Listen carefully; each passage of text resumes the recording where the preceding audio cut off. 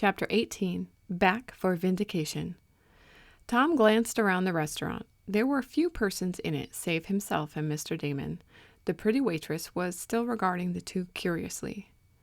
"We ought to take that paper along with us to show Mr. Sharp," said Tom in a low voice to his friend. "I haven't had time to take it all in myself yet. Let's go. I've had enough to eat, haven't you?" "Yes, my appetite is gone now." As they arose to pay their checks, the girl advanced. "Can you tell me where I can get a copy of this paper?" asked Tom as he laid down a generous tip on the table for the girl. Her eyes opened rather wide. "Y'all are forgetting some of your money," she said in her broad southern tones. Tom thought her the prettiest girl he'd ever seen, excepting Mary Nestor. "Oh, that's for you," replied the young inventor. "It's a tip. Aren't you in the habit of getting them down here?" "Not very often, thank y'all. But what did y'all ask about that paper?"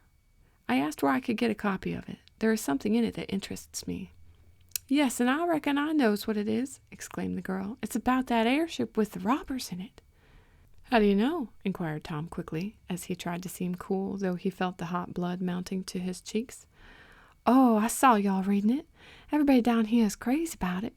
We all think the ship is coming down this way because it says the robbers was intended to start south before they robbed that bank.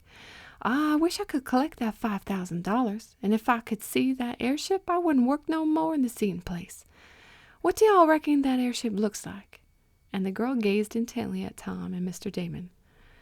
"Why, bless my—" began the eccentric man, but Tom broke in hurriedly. "Oh, I guess it looks like most any other airship," for he feared that if his companion used any of his odd expressions he might be recognized, since our hero had not had time to read the article in the paper through, and was not sure whether or not a description of himself, Mr. Damon, and Mr. Sharp was given. "Well, I sure wish I could collect that reward," went on the girl. "Everybody is on the lookout. Y'all ain't seen the airship, have y'all?" "Where can we get a paper like this?" asked Tom again, not wanting to answer such a leading question. "Why, y'all are sure welcome to that one," was the reply. "I guess I can afford to give it to y'all after the generous way y'all been behaving to me. Take it and welcome. But are y'all sure you're done eating? You left lots." "Oh, we had enough," replied Tom hurriedly. His sole aim now was to get away, to consult with Mr. Sharp, and he needed the paper to learn further details of the astonishing news. He and his friends accused of looting the bank and taking away $75,000 in the airship? It was incredible. A reward of $5,000 offered for their capture? They might be arrested at any minute, yet they could not go on without buying some provisions. What were they to do? Once outside the restaurant, Mr. Damon and Tom walked swiftly on. They came to a corner where there was a street lamp, and there the young inventor paused to scan the paper again. It was the copy of a journal published in the nearby county seat, and contained quite a full account of the affair. The story was told of how the bank had been broken into, the vault rifled, and the money taken. The first clue, it said, was given by a youth named Andy Fogger, who had seen a former acquaintance hanging around the bank with burglar tools. Tom recognized the description of himself as the former acquaintance, but he could not understand the rest. "Burglar tools? I wonder how Andy could say that," he asked Mr. Damon. "Wait until we get back and we'll ask John Sharp," suggested his companion. "This is very strange. I'm going to sue someone for spreading false reports about me. Bless my ledgers! Why, I have money on deposit in that bank. To think that I would rob it!" "Poor Dad," murmured Tom. "This must be hard for him. But what about ordering food? Maybe if we just buy any, they will trail us, find the airship, and capture it. I don't want to be arrested, even if I am innocent, and I certainly don't want the airship to fall into the hands of the police. They might damage it." "We must go see Mr. Sharp," declared Mr. Damon, and back to where the Red Cloud was concealed they went. To say that the balloonist was astonished is putting it mildly. He was even more excited than was Mr. Damon. "Wait until I get a hold of that Andy Fogger," he cried. "I'll make him sweat for this. I see he's already laid claim to the reward," he added, reading further along in the article. "He thinks he has put the police on our trail." "So he seems to have done," added Tom. "The whole country has been notified to look out for us, the paper says. We're likely to be fired upon whenever we pass over a city or a town."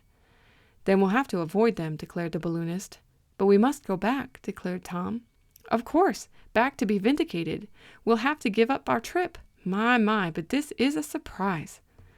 I don't see what makes Andy say he saw me with burglar tools, commented Tom with a puzzled air.